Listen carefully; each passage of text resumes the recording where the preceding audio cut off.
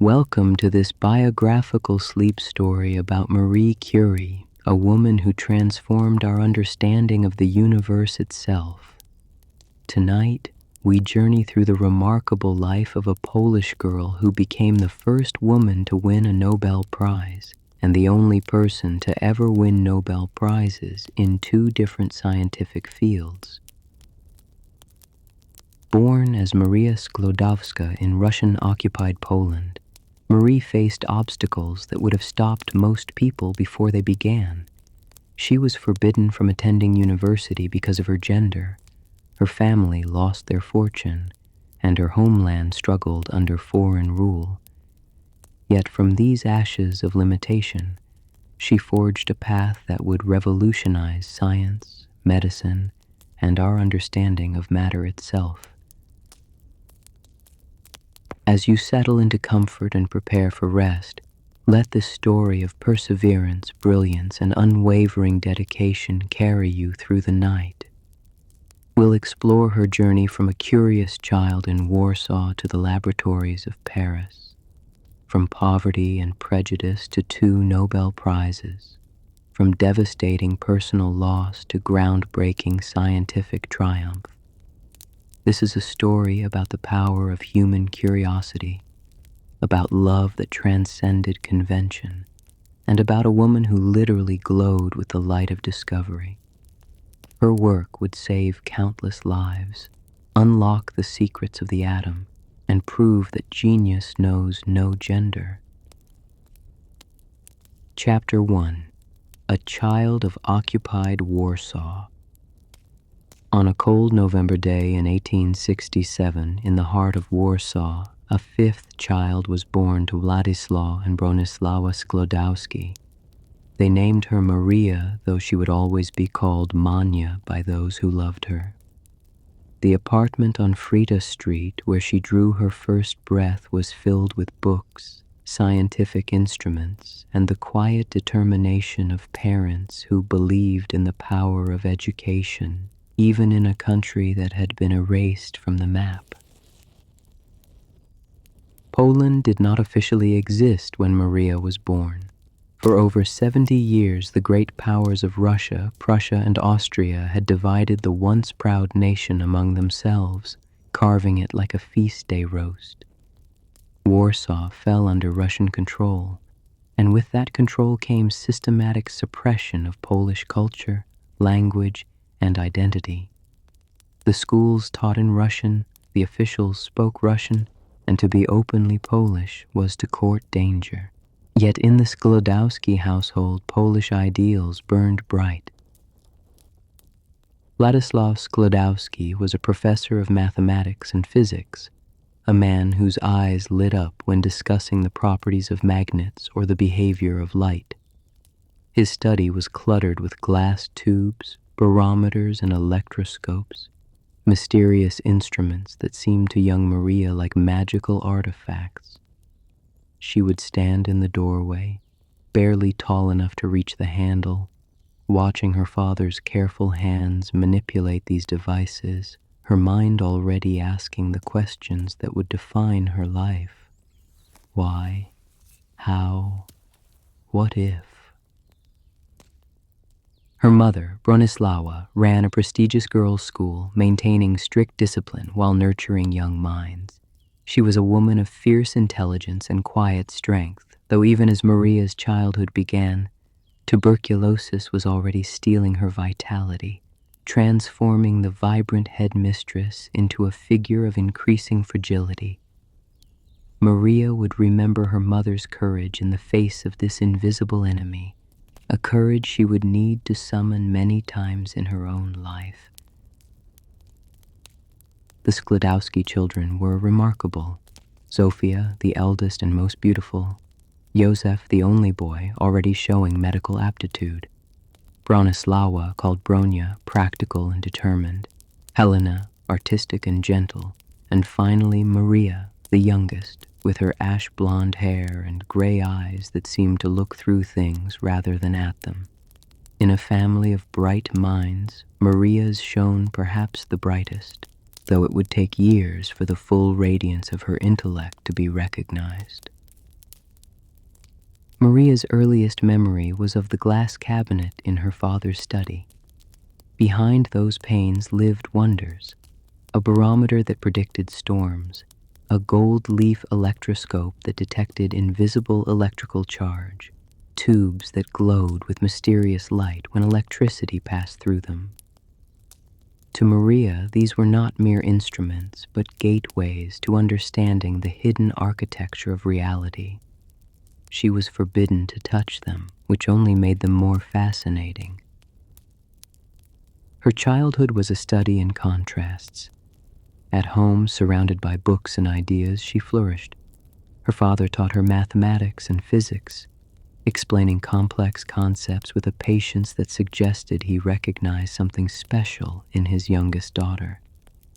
She learned to read remarkably early, devouring books with an appetite that concerned her parents. They would find her, barely 6 years old, lost in adult texts, her small brow furrowed in concentration, already displaying the fierce focus that would characterize her scientific work.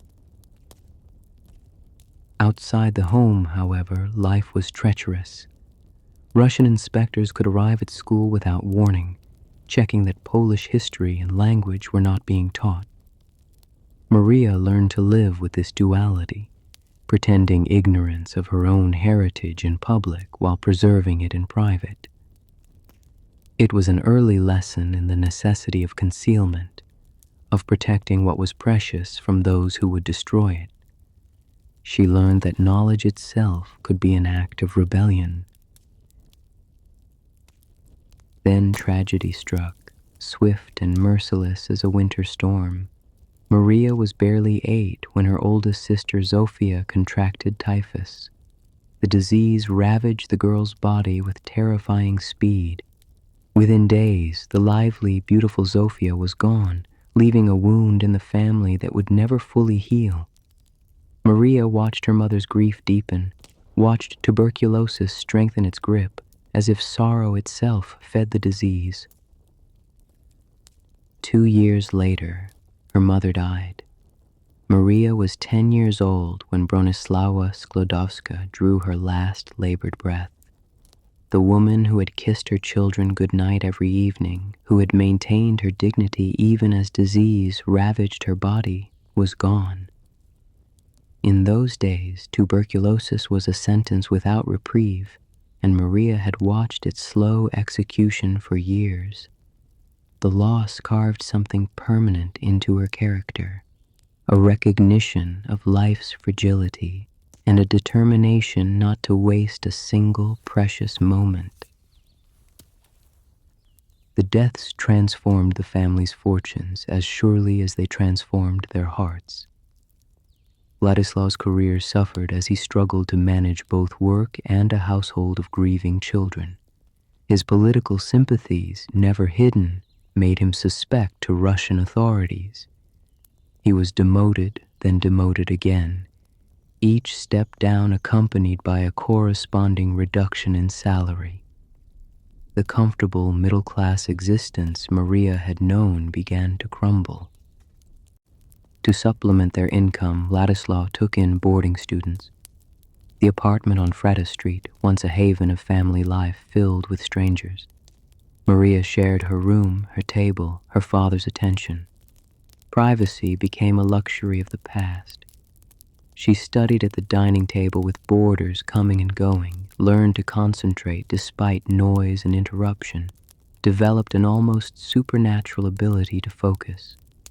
This skill, born of necessity, would serve her well in the crowded laboratories of her future. Yet through all this hardship, Maria excelled. At school, she was invariably first in her class, though this success brought its own problems. The Russian-controlled schools demanded not just obedience, but enthusiasm for the empire. Maria learned to perform both, reciting Russian poetry with apparent devotion while her heart remained stubbornly Polish. She won medals, earned praise, and each accolade felt like a small betrayal of her true self. She graduated from the gymnasium at 15 with a gold medal, the highest honor. But this triumph came with a bitter reality. As a woman, she could not attend university in Russian-controlled Poland. The University of Warsaw admitted only men. For Maria, burning with intellectual hunger, this was a door slammed in her face precisely when she was ready to walk through it. She stood at the threshold of adult life with a brilliant mind and nowhere to apply it. The following year, Maria experienced something close to a breakdown. The accumulated weight of loss, poverty, and frustrated ambition crushed down upon her. Her father, worried, sent her to spend a year in the countryside with relatives. There, away from the pressure of Warsaw, something in Maria began to heal. She attended parties, danced, flirted with a cousin, and discovered that she could be young and carefree, at least for a little while. She returned to Warsaw restored, but the hunger for knowledge had not diminished. If anything, the respite had sharpened it. Chapter 2. The Flying University. Warsaw in the 1880s was a city of secrets. In elegant apartments and cramped rooms above shops, young Poles gathered in defiance of Russian prohibition, passing forbidden knowledge from hand to hand like samizdat literature. They called it the Flying University, though it flew to no destinations except into the future its students hoped to build. Maria Sklodowska, barely 17 and burning with intellectual hunger, found her way into these clandestine classes. The Flying University was less an institution than an act of collective resistance. Teachers who could not teach moved from location to location, holding classes in private homes, basements, anywhere the Russian inspectors might not discover them. Students studied Polish history, Polish literature, and sciences in Polish, reclaiming their intellectual heritage one lecture at a time. For Maria, these gatherings were revelation and validation in equal measure. Here were others who shared her passion for learning, who understood that education was not just personal advancement, but patriotic duty. She studied everything she could: mathematics, chemistry, biology, anatomy. The classes were irregular, the materials limited, the quality variable depending on which teachers could attend on which nights. But to Maria, this fragmented education was nectar to someone dying of thirst.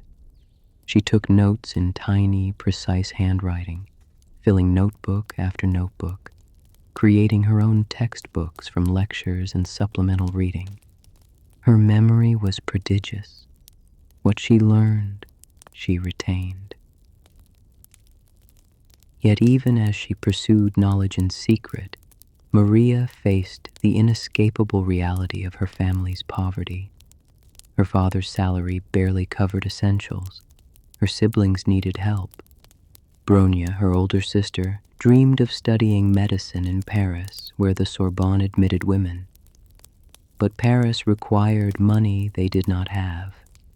A plan emerged, born of sisterly devotion and pragmatic calculation. Maria would work as a governess, sending her earnings to support Bronia's studies. When Bronia qualified as a doctor, she would repay the favor, supporting Maria through her own university education. It was a beautiful plan built on sacrifice and trust. It would require years of patience, years of watching her own dreams deferred while her sister pursued theirs. But Maria agreed without hesitation. In 1885, at 18 years old, she left Warsaw to become a governess to a wealthy family in the countryside. She was trading the Flying University and its intellectual community for isolation and subordination, all for a future that remained uncertain and distant. Her first position proved disastrous. The family treated her with casual cruelty, the kind reserved for those who are neither servants nor equals. Maria endured for a year before seeking a new position. She found it with the Zorowski family in Szczuki, a small village in the middle of Poland's vast agricultural plains. The Zorowskis were wealthy landowners, cultured and reasonably kind. They had 3 children who needed instruction, and they were willing to treat their governess with basic human dignity. For Maria, it was as much as she could hope for. The work itself was not difficult. She taught the Zorowski children mathematics, literature, languages. In her free time, she continued her own studies, reading voraciously, corresponding with friends from the Flying University, and teaching evening classes to local peasant children, an act of quiet rebellion against a social order that reserved education for the wealthy. These night classes were illegal, potentially dangerous, but Maria could not stop herself. Knowledge was meant to be shared. Then she fell in love, and love complicated everything. Kazimierz Zorowski, the eldest son, was home from university in Warsaw. He was young, educated, charming, and he noticed the brilliant governess with the gray eyes who could discuss mathematics and philosophy with unexpected depth. Their attraction was mutual and, for Maria, intoxicating. For the first time in her life, she experienced romantic love, and she believed it was real, that it would last, that Kazimierz would marry her despite the gulf in their social positions. She was wrong. When Kazimierz's parents learned of the relationship, they forbade it absolutely. A governess, however intelligent, was not suitable marriage material for their son. He could have defied them, but he did not. Kazimierz chose family approval over love, and Maria learned a harsh lesson about the limits of affection when it confronts social convention. The rejection cut deep, not just because her heart was broken, but because it confirmed her status as someone deemed fundamentally unworthy. Yet she stayed. She needed the money for Bronia's education, and she had nowhere else to go. For another year, Maria remained in the Zorowski household, teaching the children of the family that had rejected her, seeing Kazimierz during his visits home, maintaining a facade of professional composure while her heart slowly calcified. It was a different kind of education, one that taught her about pride, about endurance, and about the necessity of self-reliance. She would never again allow her happiness to depend on someone else's approval. In Paris, Bronia progressed through her medical studies, and her letters brought news that sustained Maria through the monotony and heartache. In 1888, Bronia married Kazimierz Dluski, a fellow Polish medical student and political exile. They established a practice in Paris, and Bronia wrote to Maria with invitation and promise. "Come to Paris," she urged. "We can support you now. Your turn has arrived." But Maria hesitated. Her father's financial situation had not improved. He needed help, and part of her, scarred by the Zorowski rejection, feared that she was too old, too poor, too provincial for Paris and the Sorbonne. She was 24 years old and felt ancient. She returned to Warsaw, took a position as governess to a more congenial family, and continued teaching in the Flying University's secret classes. She told herself she was being practical, but she was also afraid. The turning point came in 1890 when she secured a position working in a cousin's chemistry laboratory. It was crude and poorly equipped, but it was a real laboratory with real experiments, with equipment she could touch and manipulate. For the first time, Maria moved beyond theoretical study to practical application. She learned laboratory techniques, struggled with bulky equipment, experienced the frustration of failed experiments and the joy of successful ones. The work rekindled something in her that years of governess work had nearly extinguished. In 1891, after 6 years of delays and doubts, Maria Sklodowska made her decision. She would go to Paris, She would study at the Sorbonne. She would become, if not everything she had dreamed, then at least something more than a governess teaching children their multiplication tables. She packed her belongings into a single trunk, said goodbye to her father and the city of her birth, and boarded a train that would carry her across Europe to a new life, a new name, and discoveries that would change the world. Chapter 3. A Student in Paris. The train journey from Warsaw to Paris took 3 days and nights, traveling through the autumn landscape of Eastern Europe. Maria sat in the cheapest compartment, 4th class, surrounded by migrant workers and peasants, her trunk of belongings stowed above. She brought food to save money, slept sitting up, and watched the world transform outside the window as the train carried her west. With each kilometer, she left behind the oppression of Russian rule, the limitations placed on women, the ghosts of her past. Paris represented possibility, and as the train finally pulled into the Gare du Nord on a gray November morning in 1891, Maria Sklodowska felt something she had not felt in years: hope. She moved in with Bronia and Kazimierz Dluski, who had a small apartment in a modest neighborhood. Their welcome was warm, their hospitality generous, but the arrangement was not sustainable. Bronia now had a baby, the apartment was crowded, and Maria found it impossible to study amid the domestic chaos. The Dluskis lived at a distance from the Sorbonne, and the long commute consumed time Maria could not afford to waste. After a few months, despite Bronia's protests, Maria found a tiny attic room in the Latin Quarter, close to the university. The room was on the 6th floor of a building without an elevator, accessed by a steep, narrow staircase that left Maria breathless. It had sloped ceilings, a single small window, and barely enough space for a bed, a stove, a washstand, and a table. In winter, it was so cold that the water in her wash basin froze overnight. She had no running water, no proper heating, and the stove required constant tending. But the room was hers, and from her window she could see the dome of the Pantheon rising above the rooftops of Paris. For Maria, it was paradise. She enrolled at the Sorbonne to study physics, one of only 23 women among more than 1,800 students. Most of her male classmates treated her with curiosity, some with dismissiveness, a few with hostility. Women in the sciences were anomalies, oddities to be observed with either amusement or suspicion.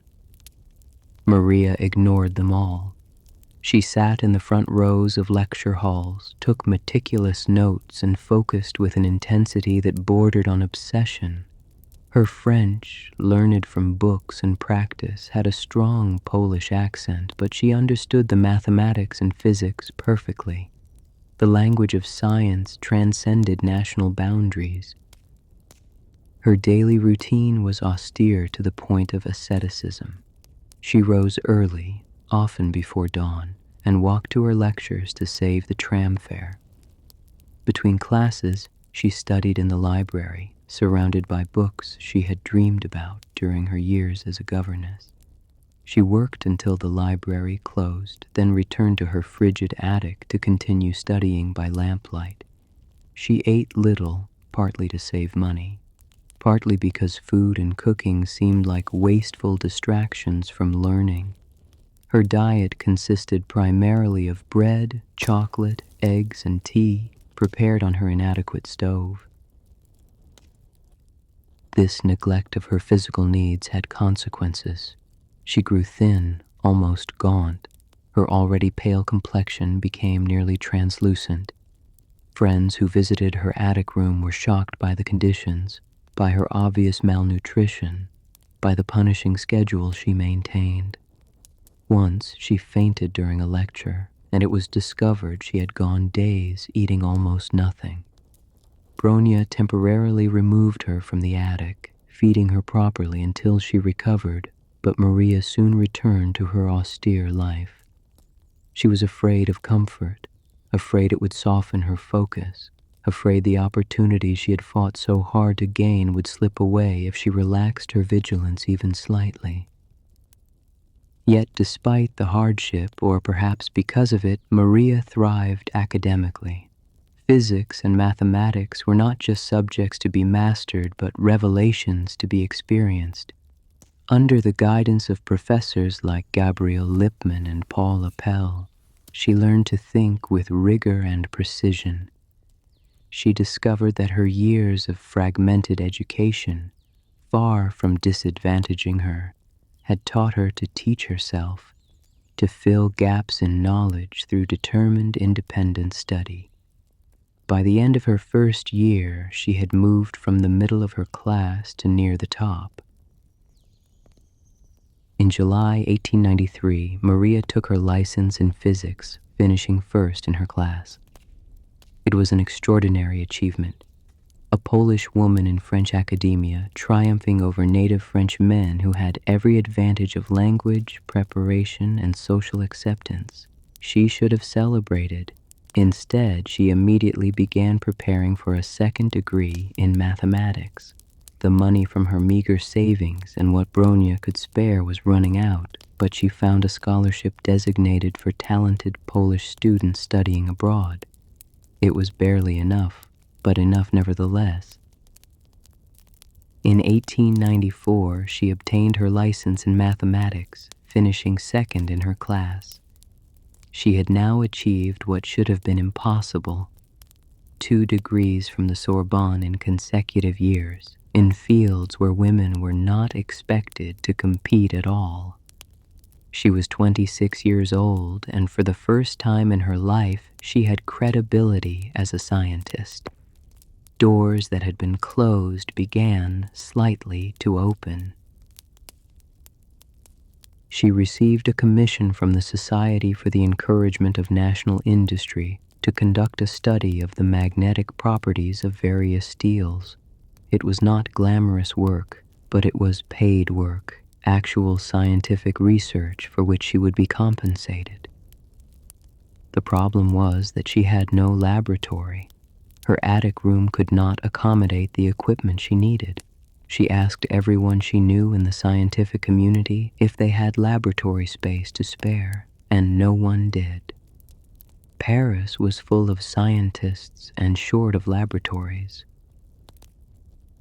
Then a Polish physicist friend, Józef Kowalski, told her about a French scientist who might help.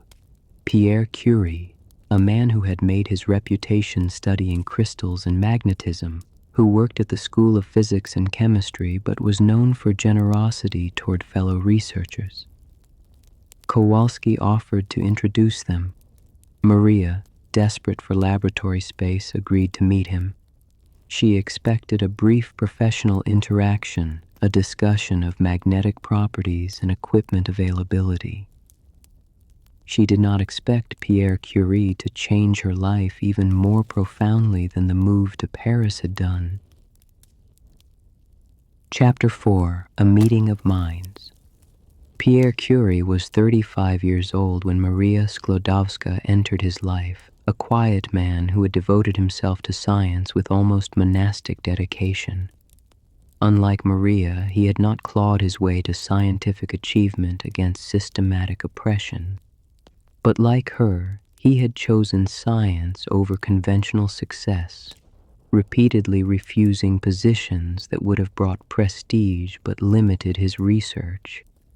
He was lanky and stooped, with an unruly beard and distracted manner, the sort of man who might walk past his own home because he was contemplating a problem. Maria saw immediately that he was brilliant.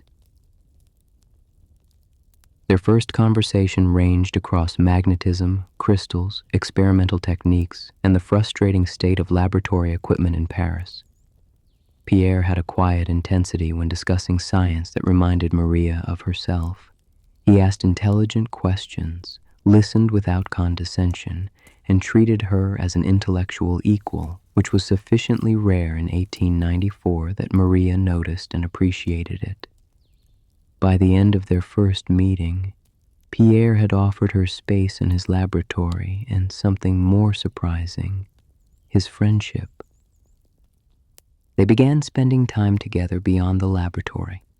Pierre would visit Maria's attic room, climbing the 6 flights of stairs without complaint, and they would talk for hours about science, philosophy, and their dreams for the future. He told her about his research on crystals and piezoelectricity, the phenomenon where certain crystals generate electrical charge when compressed. She told him about her years as a governess, her work with the Flying University, her determination to return to Poland and teach other young women who had been denied education. Pierre was entranced. Here was a woman who combined intellectual brilliance with moral purpose, who understood science not as abstract theory, but as a means of comprehending and improving the world. He had resigned himself to bachelorhood, convinced that his dedication to science left no room for romance. But Maria challenged that assumption. In her, he saw the possibility of a partnership that would enhance rather than distract from his scientific work. He began, tentatively at first, to court her. Maria resisted. She was planning to return to Poland after completing her steel magnetism study.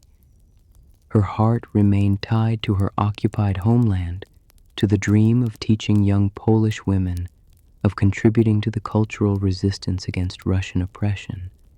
And after her experience with Kazimierz Zurawski, she was wary of romantic entanglements. Love had proven a distraction, a source of pain. Science was reliable in ways that people were not.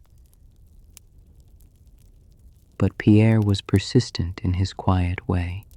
He wrote her letters that were simultaneously love letters and scientific correspondence, interweaving expressions of affection with discussions of crystallography. He argued that she could accomplish more in Paris with access to laboratories and equipment than in Warsaw, where opportunities for women scientists were virtually non-existent. Most compellingly, he proposed a partnership.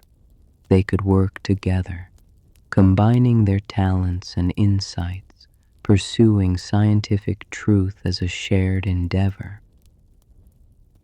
In the summer of 1894, Maria returned to Warsaw, uncertain about her future. She spent months trying to establish herself as a scientist in Poland, but every door remained closed. The University of Warsaw would not hire a woman, neither would any other institution. The Poland she loved had no place for what she had become. In Paris, Pierre waited, writing letters that grew increasingly urgent. He needed her, he wrote, not just personally, but scientally. Together, they could achieve things impossible alone. Maria made her choice. She would marry Pierre, but on her terms. This would be a partnership of equals dedicated to scientific work. There would be no conventional wedding, no white dress, no religious ceremony.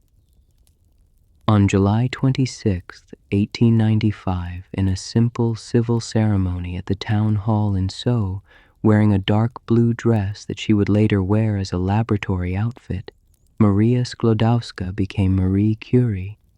She adopted the French version of her name, though her heart remained Polish. The wedding reception was a bicycle ride into the French countryside, Pierre and Marie pedaling side by side toward their shared future. They rented a small apartment near the School of Physics and Chemistry where Pierre taught. Marie set up housekeeping with the same efficiency she brought to laboratory work. She learned to cook, though she approached it as chemistry, recording recipes with scientific precision. Pierre's father, Eugene Curie, a doctor and freethinker, came to live with them, and the three formed an unconventional household united by intellectual curiosity and liberal politics. Marie began working toward a doctorate, unusual for a woman but increasingly feasible at the Sorbonne. She needed a research topic, something original enough to constitute a significant contribution to knowledge. In late 1895, a German physicist named Wilhelm Röntgen discovered mysterious rays that could pass through solid matter, revealing the bones beneath flesh. He called them X-rays, and they caused a sensation in the scientific community.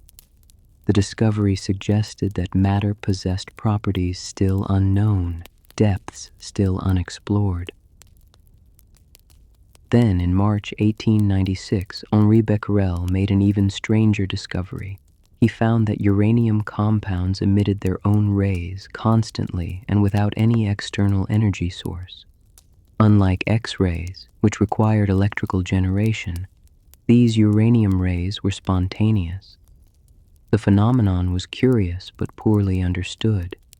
Most physicists briefly noted it and moved on to other problems. Marie, however, was intrigued. Here was a mystery at the heart of matter itself, and virtually no one was investigating it.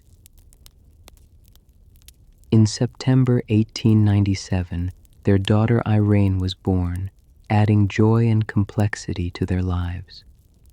Marie took a brief maternity leave, but she was soon back in the laboratory, driven by a question that would not leave her alone.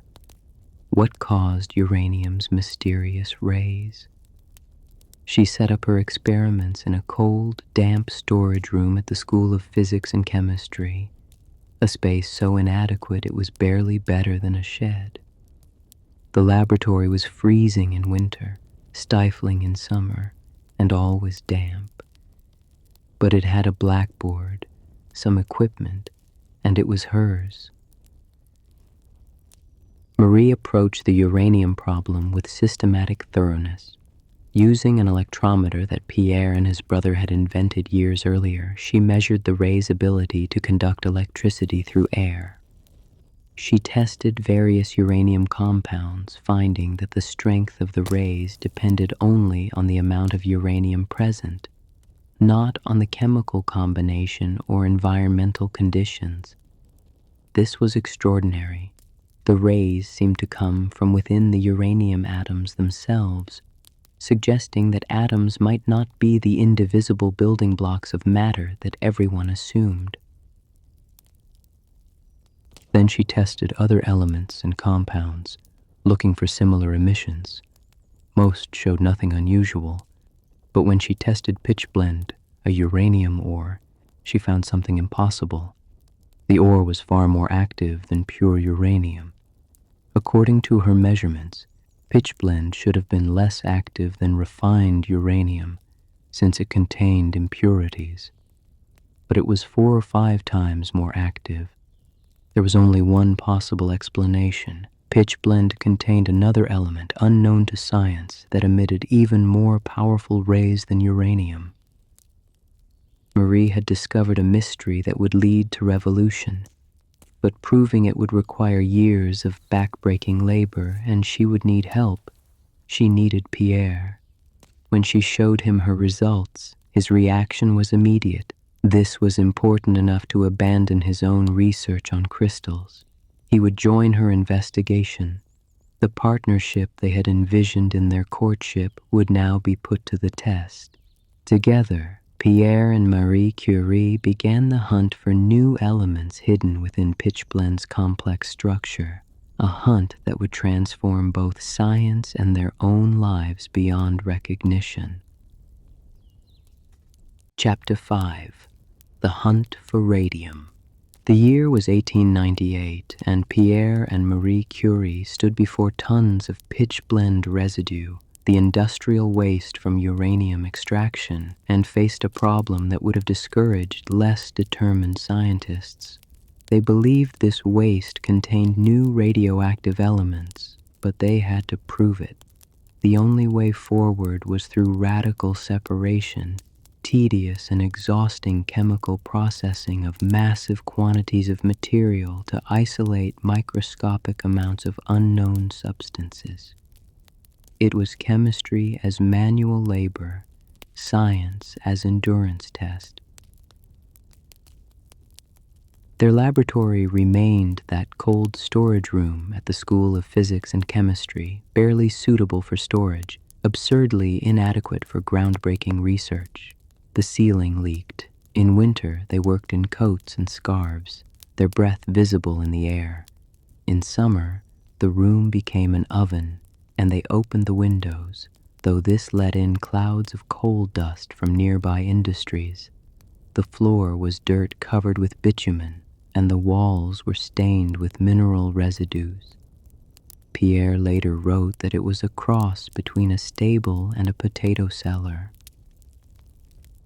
The Austrian government, which controlled the mines where pitchblende was extracted, agreed to provide them with tons of residual ore at minimal cost. When the first shipment arrived in sacks piled in the courtyard, Marie was delighted. Pierre looked at the mountain of material and the inadequate space where they would process it and understood the immensity of the task ahead. They would need to refine this ore through multiple chemical separations, each time reducing the volume while concentrating the mysterious radioactive elements. Marie worked like someone possessed. She performed the initial processing in the courtyard outside their laboratory, stirring huge cauldrons of boiling pitchblende with iron rods nearly as tall as she was. The work was physically brutal. She transferred solutions, let crystals form, filtered precipitates, all while standing over steaming vats in all weather. Her hands became scarred from chemical burns. Her arms ached from stirring, and her back complained from hours bent over crystallization vessels. But she persisted with a focus that bordered on obsession. Pierre worked on the physical and chemical properties of the materials Marie prepared, developing techniques to track the radioactivity through successive separations. He also secured funding, taught classes, and tried to find them better facilities, though this last effort largely failed. French scientific institutions showed little interest in supporting research that seemed equal parts chemistry and alchemy, conducted in conditions that would shame a medieval workshop. In July 1898, after months of processing, they had isolated a black powder that was approximately 400 times more radioactive than uranium. They were convinced it contained a new element. In the formal announcement, published in the Proceedings of the Academy of Sciences, they proposed to call it polonium, after Marie's beloved but occupied homeland. It was a political statement as much as a scientific one, a way of declaring Poland's existence to the international community, even though the maps of Europe denied it. Marie's patriotism remained fierce despite her adopted French identity. But polonium was not the only new element lurking in the pitchblende. As they continued processing, another element emerged, even more radioactive than polonium, separated through a different chemical pathway. By December 1898, they had isolated a fraction that was 900 times more active than uranium. This second element they proposed to call radium, from the Latin word for ray. The announcement was met with skepticism. New elements were not discovered every few months, and these claims seemed extraordinary. The skeptics had a point. Polonium and radium existed only as traces in Marie's preparations mixed with other elements.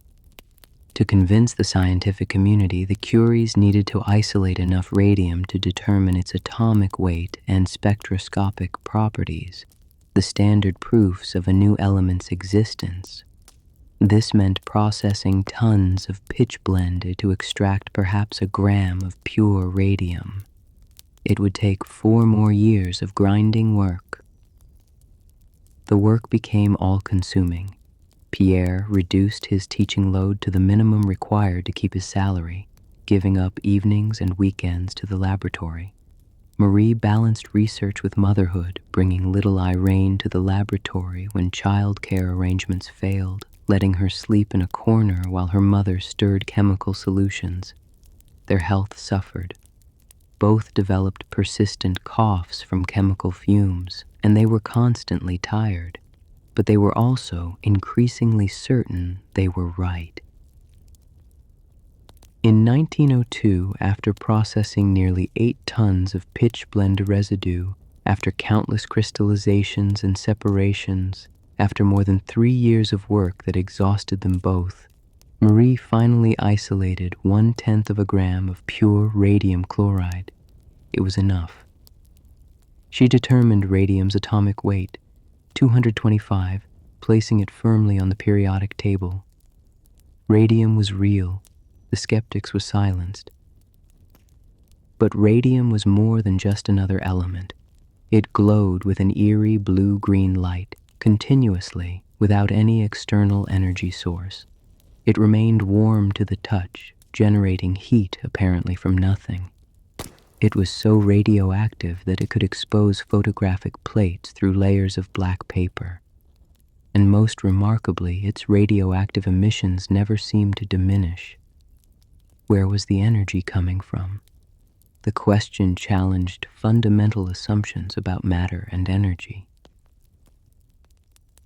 Pierre and Marie began to suspect something revolutionary.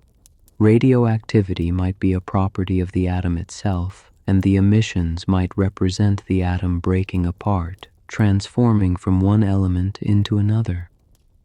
If true, it would overturn the ancient principle that atoms were eternal and unchanging. Matter itself might be mutable, capable of transformation. It was alchemy validated by science, though the transformations were natural rather than manufactured. In June 1903, Marie defended her doctoral thesis, Research on Radioactive Substances, before an examining committee at the Sorbonne. The thesis detailed years of meticulous work, transforming the vague curiosity about uranium's rays into a new science, radioactivity, a term Marie had coined. She became the first woman in France to receive a doctorate in physical sciences. The defense was so impressive that even the skeptical examiners conceded her work was extraordinary. Pierre, sitting in the audience, felt relief and pride. He had known her brilliance before, but now others recognized it too. Yet despite this success, the Curies remained relatively poor. Pierre had only a modest teaching position. Marie had no official position at all. Their laboratory remained that damp shed. Fame was beginning to find them, but fortune had not followed. International scientific journals published their papers, and newspapers reported their discoveries, but laboratory funding and academic appointments remained frustratingly out of reach. The French academic establishment, even while celebrating their achievements, seemed unable to actually support their work.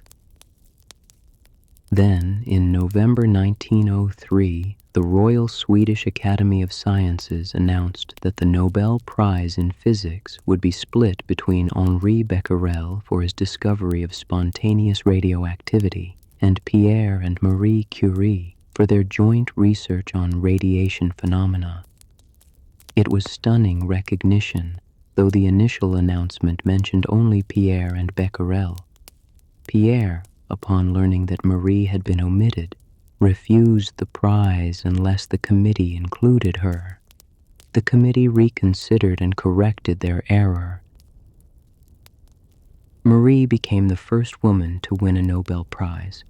The award brought international celebrity, newspaper articles, public lectures, and a sudden influx of visitors who wanted to see the famous scientists and their glowing radium. The attention was overwhelming and mostly unwelcome. Neither Pierre nor Marie enjoyed fame. They preferred the quiet of the laboratory, the methodical progress of experiments, the satisfaction of understanding. But the Nobel Prize changed everything, whether they wanted it to or not. The world now knew their names, and the world would not leave them alone. Chapter 6: Fame and Tragedy. The Nobel Prize transformed the Curies' lives in ways both wonderful and terrible. The prize money, 70,000 gold francs, was more than they had seen in their entire lives. They could finally pay off debts, help family members, and live without constant financial anxiety. Pierre received a professorship at the Sorbonne with an accompanying laboratory and budget. Marie was appointed his laboratory chief. Their years of working in inadequate conditions seemed finally over. But the recognition brought burdens they had not anticipated. Journalists descended on their home, seeking interviews and photographs. Society hostesses invited them to dinners and salons. Scientific societies and universities requested lectures. Entrepreneurs proposed schemes to commercialize radium.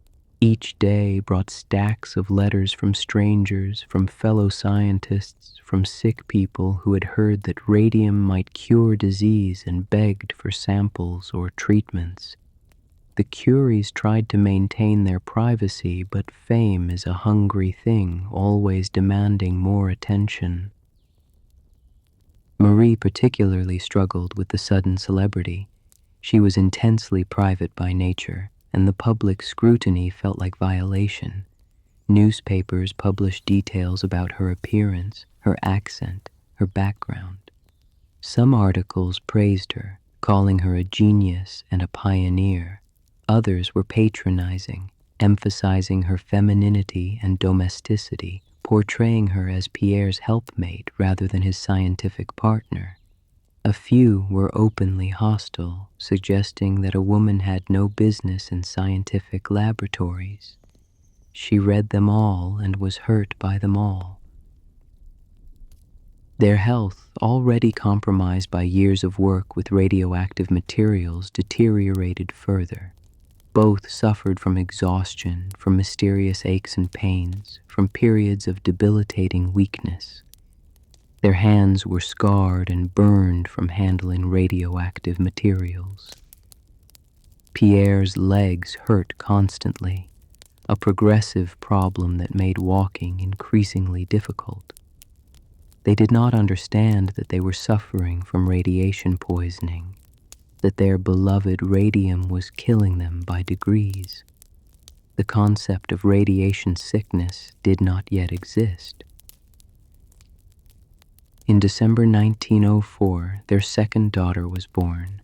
They named her Eve, and unlike her serious older sister Irene, Eve would grow up to be sociable and charming, a pianist and writer. Marie took time away from the laboratory for the birth and recovery, though she chafed at the interruption. She loved her daughters, but motherhood competed with science for her time and energy, and science usually won. She hired caregivers, relied on Pierre's father to help with the children, and returned to work as soon as possible.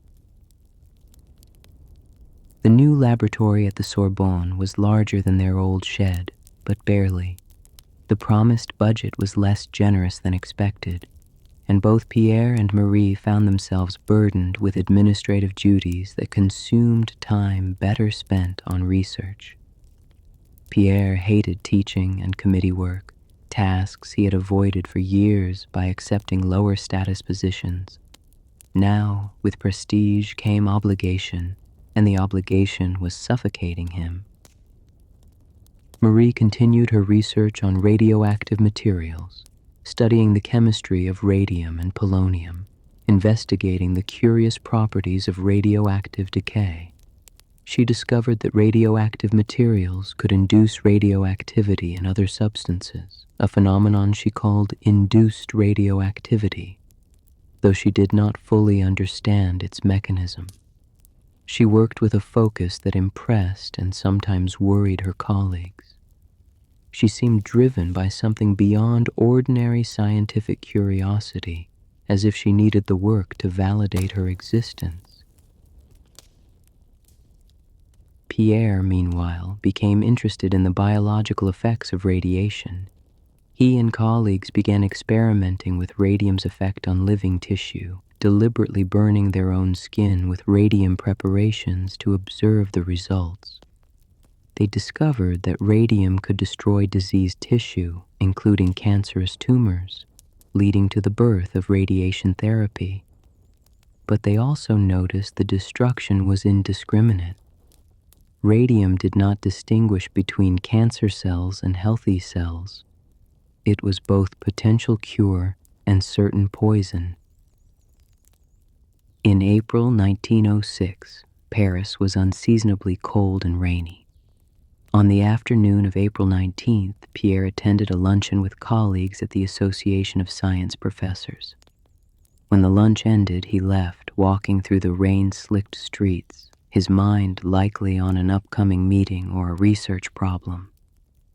He was crossing the busy Rue Dauphine behind a cab when he stepped into the street without looking, distracted as always by his thoughts.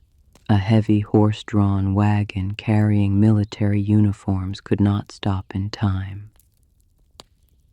The horses passed on either side of Pierre without hitting him, but one of the rear wheels caught his head, and the weight of the loaded wagon crushed his skull. Death was instantaneous. He was 46 years old, at the height of his scientific powers, and he died in a moment of tragic inattention. A witness ran for help, but there was nothing to be done. By the time the police arrived, Pierre Curie was gone, his brilliant mind extinguished as quickly and completely as snuffing a candle. Marie was at home when the news came. Someone, she never could remember who, told her that Pierre had been injured, that she should come quickly. She rushed to the house where his body had been taken, still hoping, still believing it might not be as bad as feared. When she saw him, when the full reality crashed down on her, something in Marie broke. She did not cry, did not scream. She became very quiet, very still, as if the life had drained from her along with Pierre's. The funeral was private, at her insistence. She could not bear a public spectacle. Pierre was buried in Sceaux, beside his mother, and Marie stood at the graveside like a statue, holding Irene and Eve, unable to process that her partner, her collaborator, her love was gone. She had lost her mother and sister to disease, tragedies that had shaped her childhood. But Pierre's death was different. It was sudden, senseless, preventable. And it left her utterly alone in the scientific world they had built together. In the days after Pierre's death, Marie began keeping a diary addressed to him, pouring out her grief and despair onto paper. She could not speak her feelings to the living, but she could write them to the dead. She wrote about her loneliness, her inability to imagine continuing without him, her terror that she would fail to raise their daughters properly. She wrote that she wanted to die, to follow him into whatever darkness he had entered.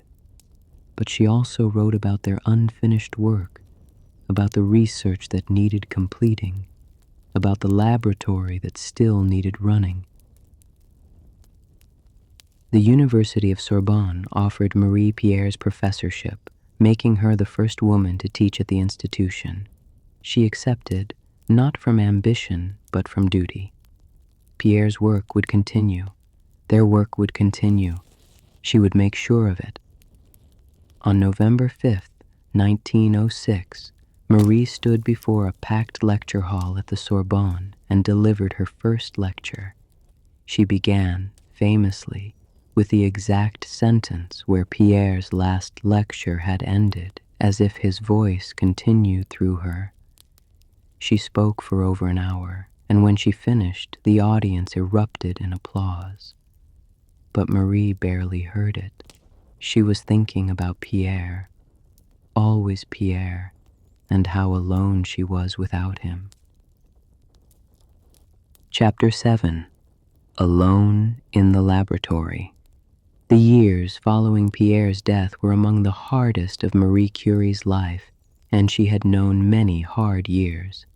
Grief hollowed her out, transforming the passionate woman Pierre had loved into someone colder, more distant, more obsessively focused on work.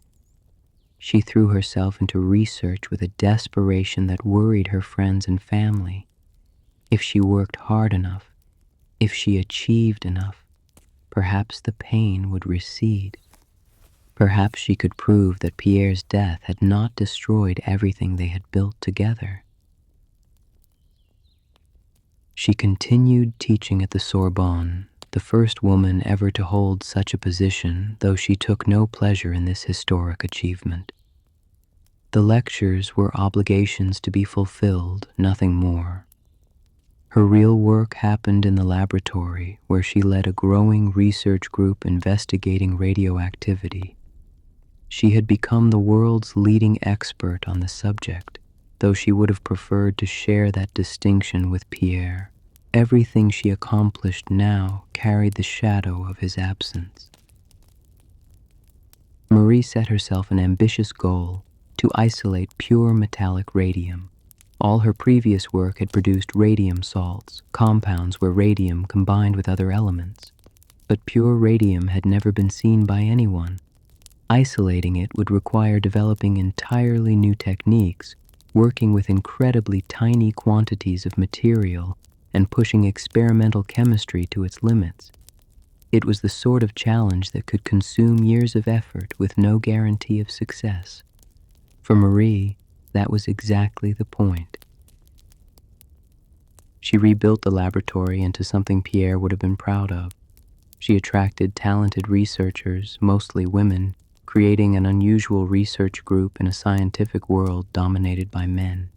She was demanding as a director, expecting the same tireless dedication from her students that she gave herself. Some thrived under her guidance, becoming significant scientists in their own right. Others found her cold and difficult. Marie seemed incapable of the warmth and encouragement that might have made her more popular. She had retreated too far into herself. Her daughters were raised primarily by Pierre's father, Eugene, who had stayed with the family after Pierre's death. He was a gentle, progressive man who gave Irene and Eve the affection their mother found difficult to express. Marie loved her children, but she loved them awkwardly, unsure how to balance maternal duty with scientific ambition. She hired governesses, enrolled them in an unusual cooperative school she helped found, and tried to give them intellectual stimulation, but emotional warmth remained elusive. Irene, even as a child, showed signs of inheriting her parents' scientific abilities. She was serious, studious, and fascinated by her mother's work.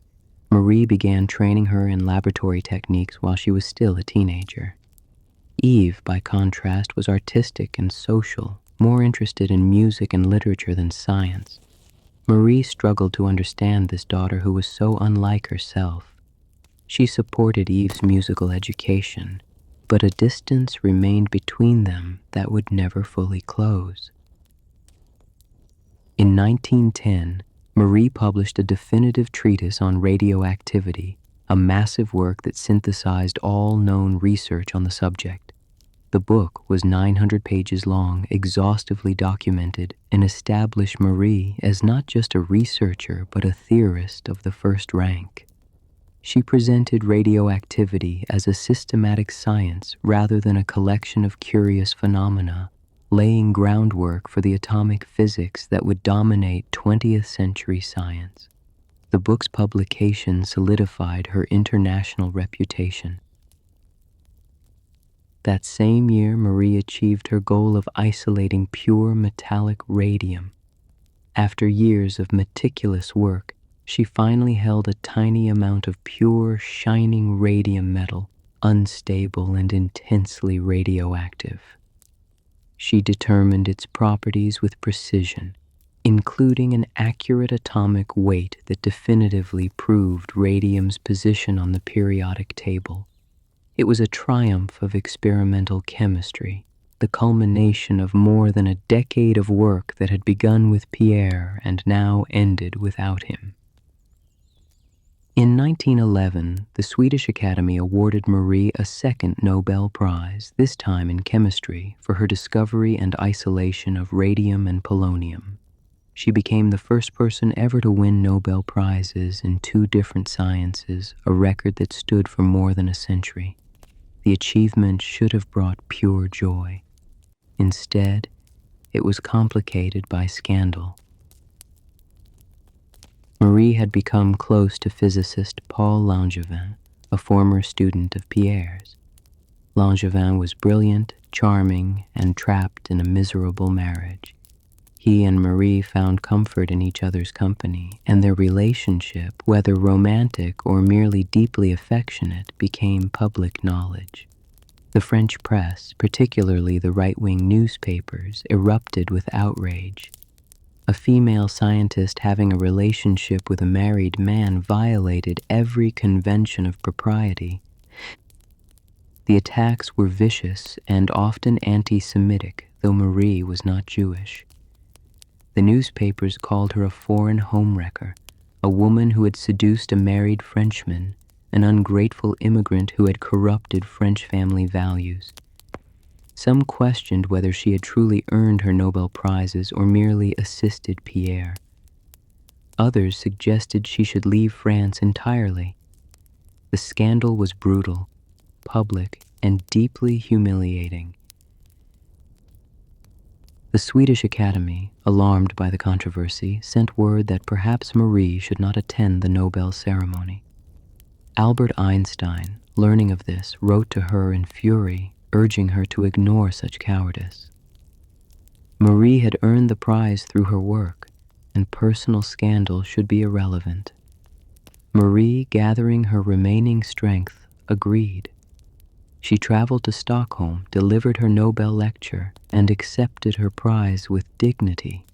She spoke about radium, about scientific discovery, and refused to acknowledge the scandal at all. But the stress took its toll.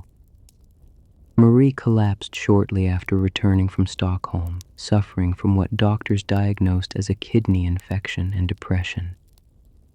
She was hospitalized for weeks, then spent months recovering. She had to have surgery, and the recovery was long and difficult.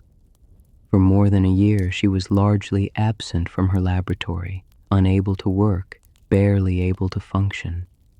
It was the lowest point since Pierre's death. Perhaps lower because this time she had brought the suffering partly upon herself. She survived as she had always survived. She returned to her laboratory, resumed her research, and tried to rebuild her reputation through work rather than explanations or apologies. The scandal faded eventually, though it never completely disappeared. She had learned another hard lesson. For a woman in science, even spectacular achievement could not provide complete protection from society's judgment. She would need to be not just brilliant but beyond reproach, and even that might not be enough. Chapter 8. War and Service. In August 1914, Europe exploded into war, and France mobilized for what everyone predicted would be a short conflict. Marie Curie, now 46 years old and director of her laboratory at the Radium Institute, watched the young men of France march off to fight Germany. She had no illusions about war's glory. She had grown up in occupied Poland and understood what violence between nations truly meant. But she also understood that this war would be fought with industrial efficiency, producing casualties in unprecedented numbers, and she knew something that might help. X-ray technology, discovered less than 20 years earlier, could reveal bullets, shrapnel, and broken bones inside the human body, allowing surgeons to operate with precision rather than guesswork. But X-ray equipment was expensive, delicate, and mostly limited to hospitals in major cities. Soldiers wounded at the front were dying because surgeons could not see what needed repairing. Marie realized that X-ray equipment needed to be mobile, brought to the wounded rather than waiting for the wounded to be brought to it. She commandeered X-ray equipment from her laboratory and from other institutions. She convinced wealthy donors to provide automobiles. She learned to drive, though she was nearly 50 and had never sat behind a wheel before. And she created what would become known as Petite Curies, little Curies, trucks and cars converted into mobile X-ray units, complete with equipment, generators, and everything needed to produce radiographic images in field hospitals. By October 1914, the first mobile unit was ready, and Marie drove it herself to the front, navigating roads clogged with military traffic, dodging shell craters, bringing her X-ray equipment within miles of the fighting. She arrived at field hospitals where surgeons operated in desperate conditions, treating thousands of wounded men with insufficient supplies and facilities. The surgeons welcomed her equipment with relief bordering on reverence. Now they could see inside their patients' bodies, could locate that shrapnel fragment, find that bullet, understand that fracture. The X-rays saved countless lives. Marie was not content to simply provide equipment. She trained medical personnel in how to use it, teaching nurses and doctors the principles of radiology, showing them how to position patients, how to read the ghostly images on the photographic plates. She established training courses in Paris, teaching women to become X-ray technicians, creating a corps of radiological assistants who could staff the mobile units and hospital installations. She brought her daughter Irene, barely 18, into the work, training her as a radiographer. The work was dangerous in ways beyond the obvious proximity to war. X-ray exposure was poorly understood, and neither Marie nor her trainees used proper shielding. They stood beside the machines for hours, hands directly in the X-ray beam as they positioned patients, absorbing radiation with every exposure. Marie's hands, already scarred from years of handling radium, became increasingly damaged, but she never hesitated. Soldiers were dying. If she could help them, the personal risk seemed insignificant. Over the course of the war, Marie's radiological service established 20 mobile units and 200 permanent radiological installations at field hospitals. More than 1 million soldiers received X-ray examinations, and thousands of lives were saved that otherwise would have been lost. Marie herself made numerous trips to the front, driving through dangerous territory, often under fire, her slight figure hunched over the wheel of a converted automobile, bringing science to the service of desperate medicine. Between trips to the front, she continued running her laboratory, though research had to take secondary priority to the war effort. She melted down all her gold medals, including both Nobel Prize medals, and donated them to the war effort. When the government refused the donation, suggesting the medals were historically significant and should be preserved, she donated her Nobel Prize money instead. She bought war bonds with everything she had. France was fighting for survival, and Marie remained, in her heart, an exile who owed her adopted country everything. The war dragged on far longer than anyone had anticipated. The brief conflict everyone expected became years of grinding attrition, of trenches and poison gas, of unprecedented industrial slaughter. Marie worked throughout, aging visibly under the stress. Her hair, which had retained traces of blonde well into middle age, turned completely white. Her face became deeply lined. The vibrant woman Pierre had courted seemed to have disappeared entirely, replaced by this gaunt, driven figure who never rested, never complained, never stopped working. When the armistice finally came in November 1918, Marie was exhausted but satisfied. Her radiological service had proven that science could serve humanity even in its darkest moments, and she had demonstrated to anyone still doubting that women were capable of the same dedication, ingenuity, and courage as men. The French government eventually recognized her service with various honors, though she cared little for such recognition. The work itself had been its own reward. But the war years had taken their toll. Marie was now 51 years old and looked older. Her health, never robust since her years of working with radioactive materials, was declining. She suffered from cataracts, likely caused by radiation exposure. Her kidneys were damaged. She had chronic anemia. Her hands were so scarred and burned that she had difficulty with fine manipulations. She was, in a very real sense, being consumed by the very discoveries that had made her famous.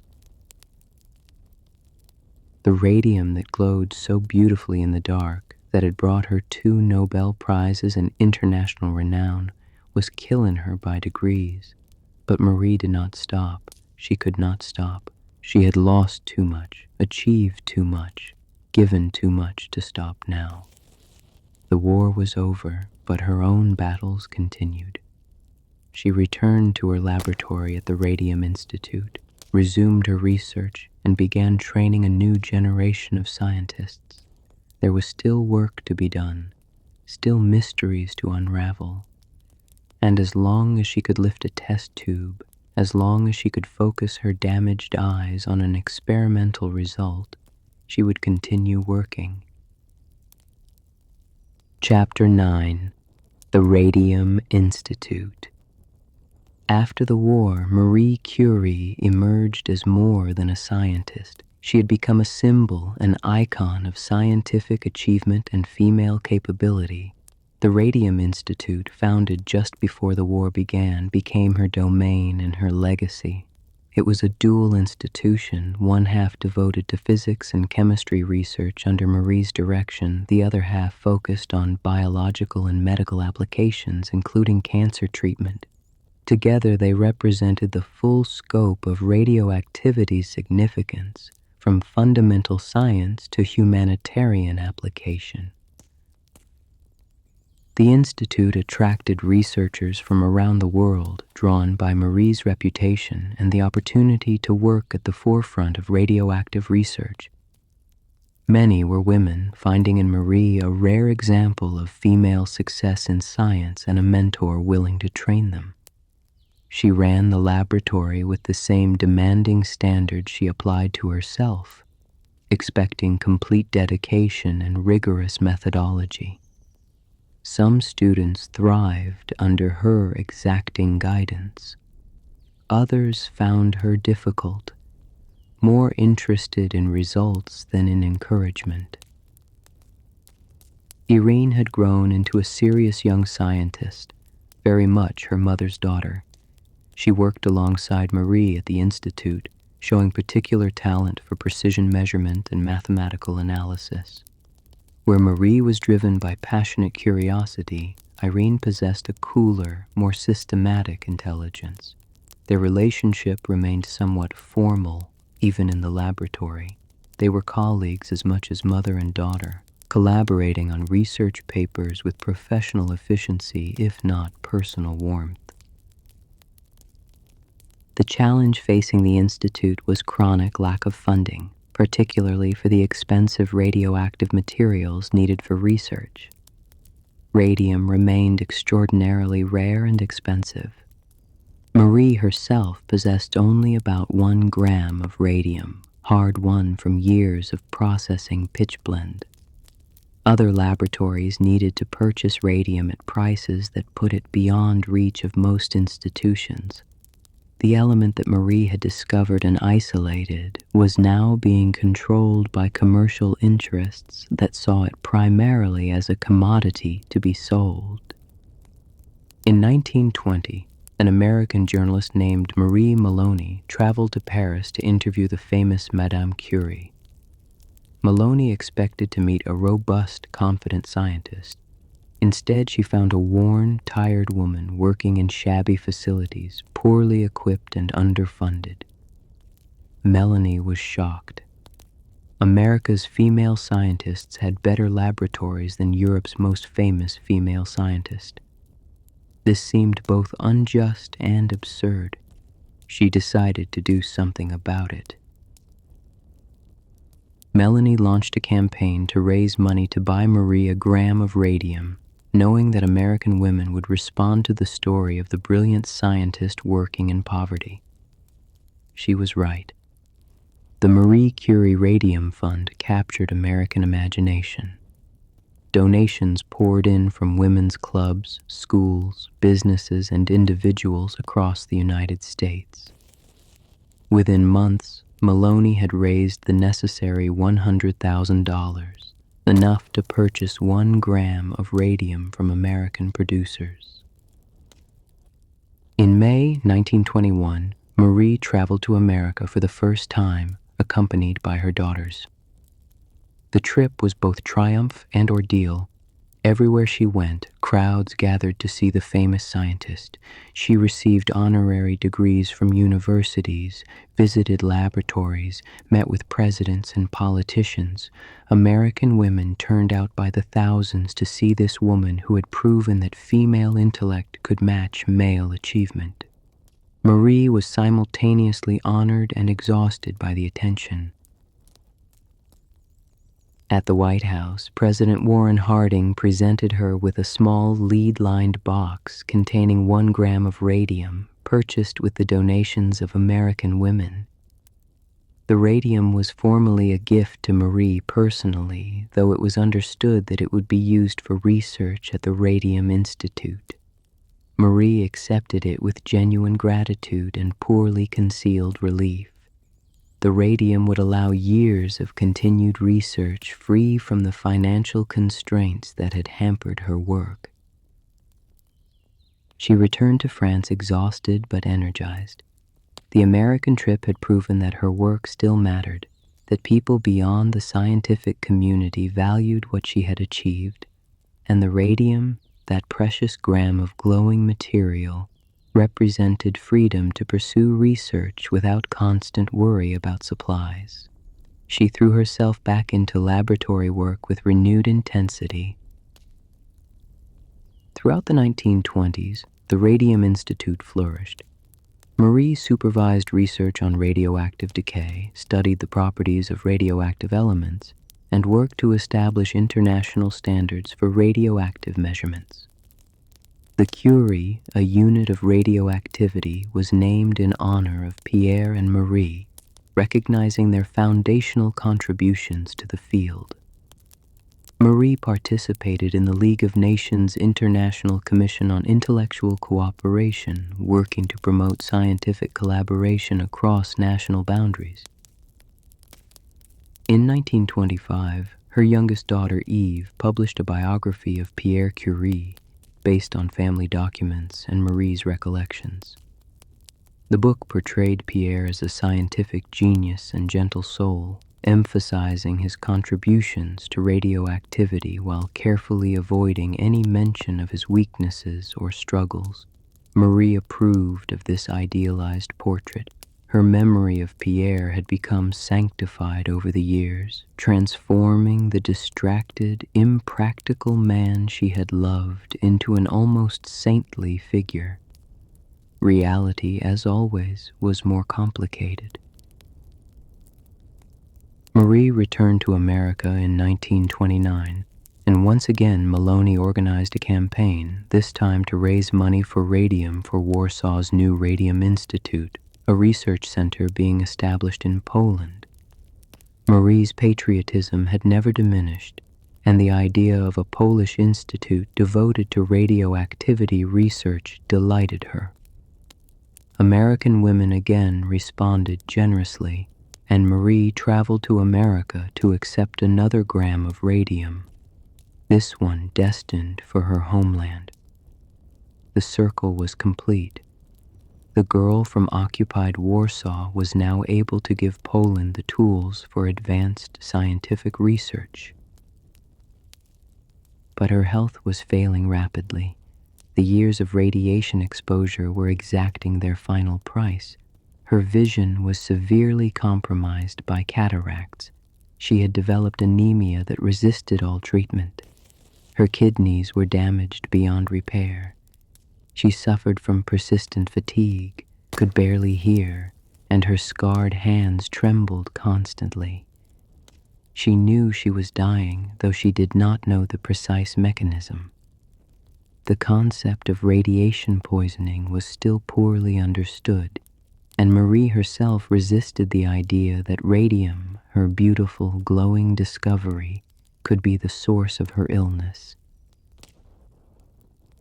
She continued working as long as she could, going to the laboratory even when she could barely walk, reviewing research results even when she could barely see.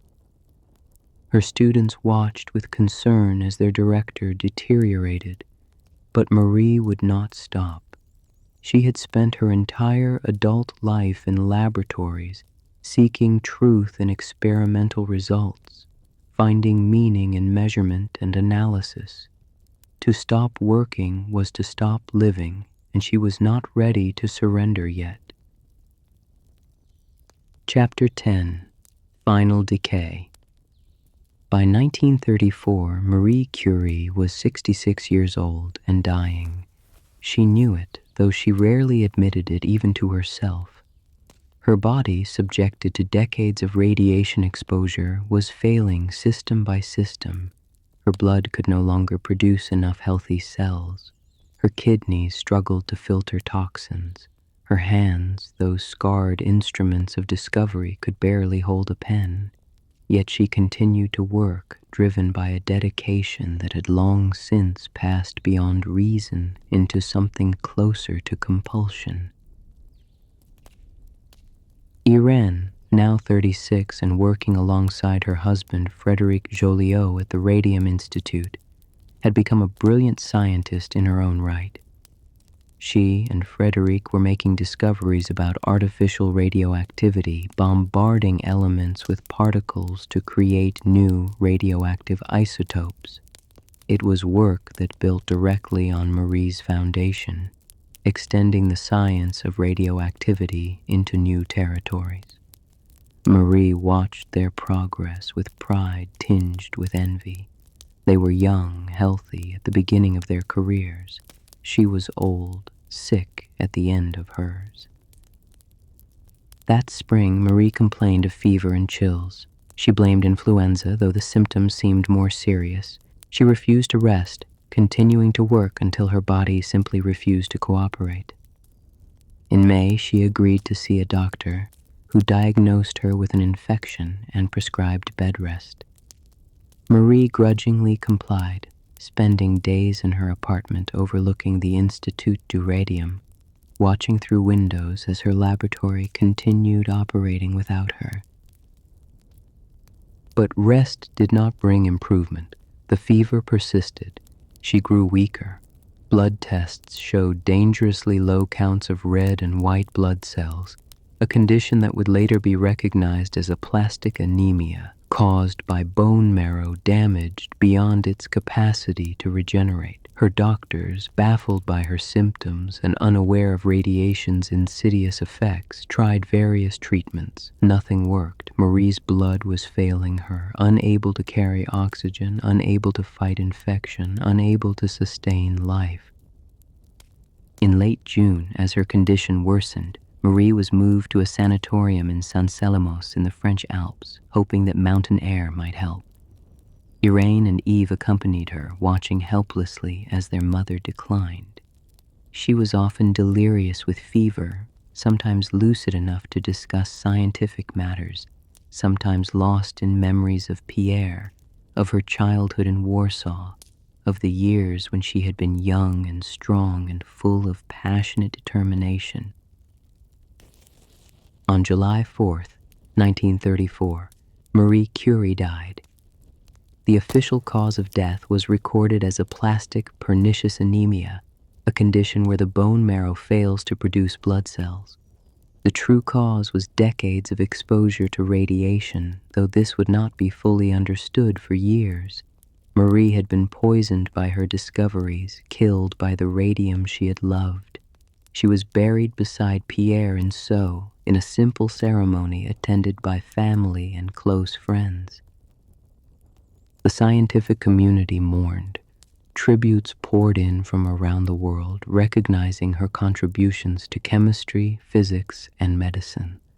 She had been the first woman to win a Nobel Prize, the first person to win 2 Nobel Prizes in different sciences, the first female professor at the Sorbonne, and a pioneer who had opened doors for generations of women scientists.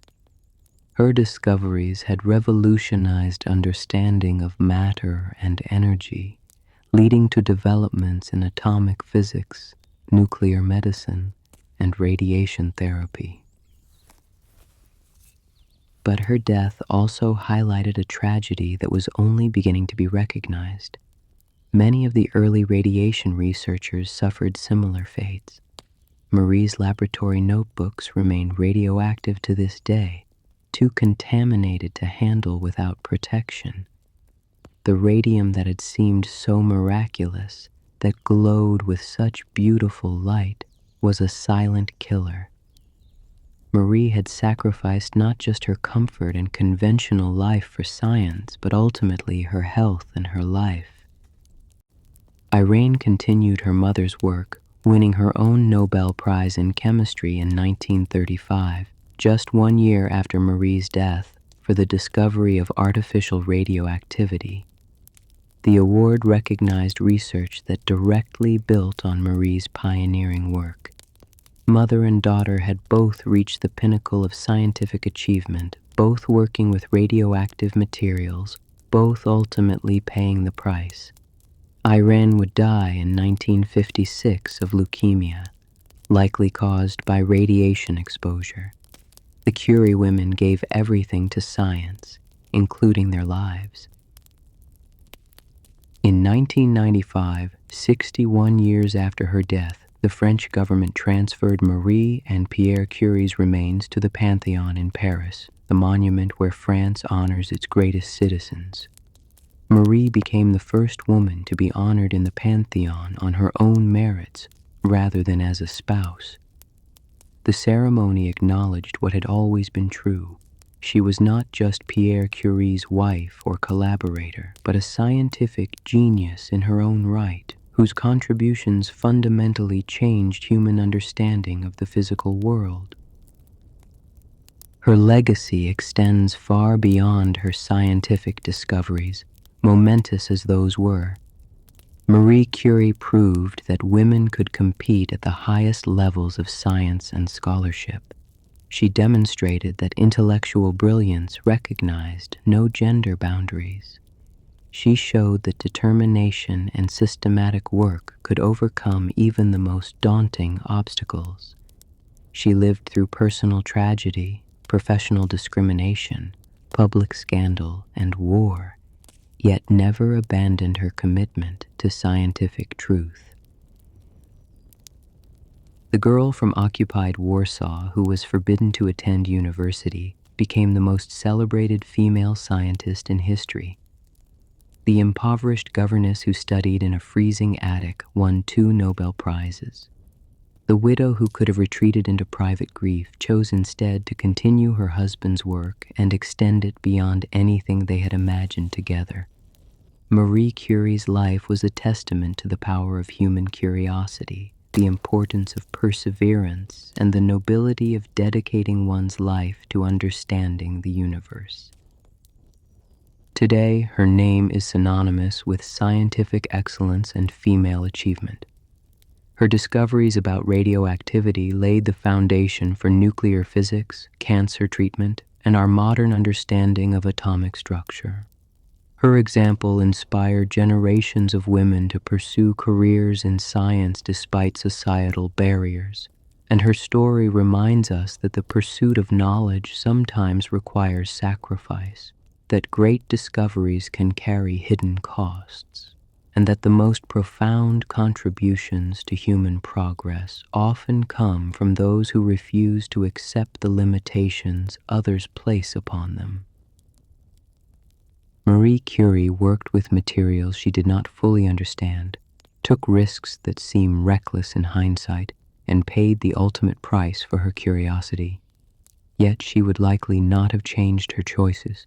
She lived as she wanted to live, pursuing truth through systematic investigation, expanding human knowledge and proving that a Polish girl from occupied Warsaw could stand among the greatest scientists in human history. Her life was her testament, her discoveries her monument, and her example remains luminous more than a century after she first entered a French laboratory seeking space to study uranium's mysterious rays.